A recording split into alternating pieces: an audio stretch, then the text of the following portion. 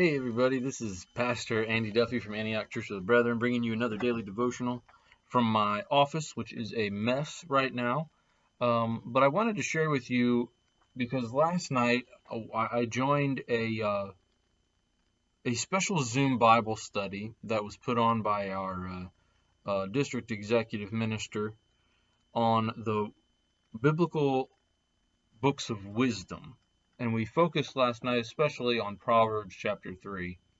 And one of the things that I came out of that thinking about and pondering, you might hear more about it in subsequent devotionals, but for now it was the nature of Bible study and how we read the Bible. I mean, that in and of itself could be classes, books, libraries could be filled with just the question of how do we read the Bible? Not just what is it, but how do we study it? How do we read it? The old brethren talked about the plain reading of Scripture. They just wanted to know, like, what does it say? Let's keep going back to the text and determining what is the simplest interpretation we might find. And I think there's a lot of wisdom to that, because there's a lot of things in the Bible, especially like the words of Jesus, that Christian history has almost overcomplicated and lost the heart of what Jesus was trying to say. And the same could be said for other biblical writers. But in another sense, the early brethren, of a German background, came to their plain reading of Scripture through the lens of their culture and their experience. Another group of people might come to the same passage and come up with a subtle or very different interpretation of what they've read. Which then makes me wonder, okay, so how ought we to read the Bible then? I think there's a time for a plain reading, a time to just get to the basic, what does it say? But then at other times, it's very important to figure out the context, the history, the language, what came before it, what comes after it, who might the audience be, who might the writer be, and what was going on at the time, what issues were facing them, what was the purpose of them writing this? Did God just say, hey, write this down? Or was God inspiring them as they were responding to something that was happening, like a disagreement? Were there false beliefs that they were trying to address? Was there a national tragedy that they were writing in response to comfort people or encourage them? So I'm caught between the idea of a plain reading of Scripture and the deep study of Scripture. Because I think at different times we might need both.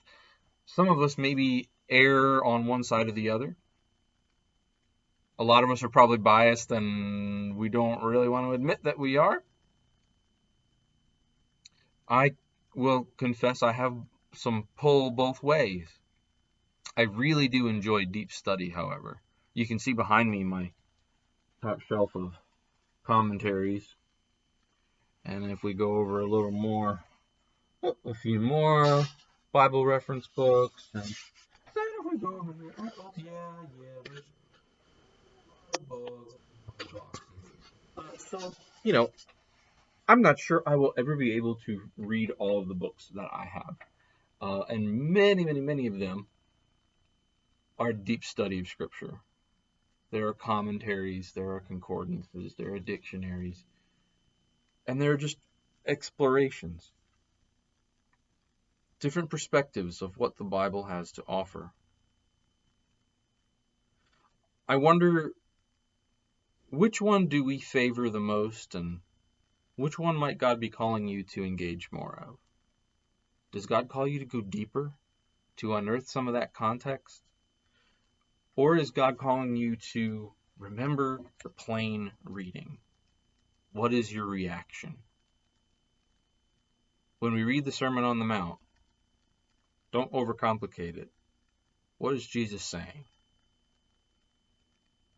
When we're reading a prophecy for the Old Testament, maybe let's figure out what the prophet was addressing. Just something to think about. And as we think about what this has to do with devotion, I'm reminded of all the times in Scripture we are told to meditate. Meditate on Scripture. Joshua chapter 1 says, keep this book of the law always on your lips. Meditate on it day and night.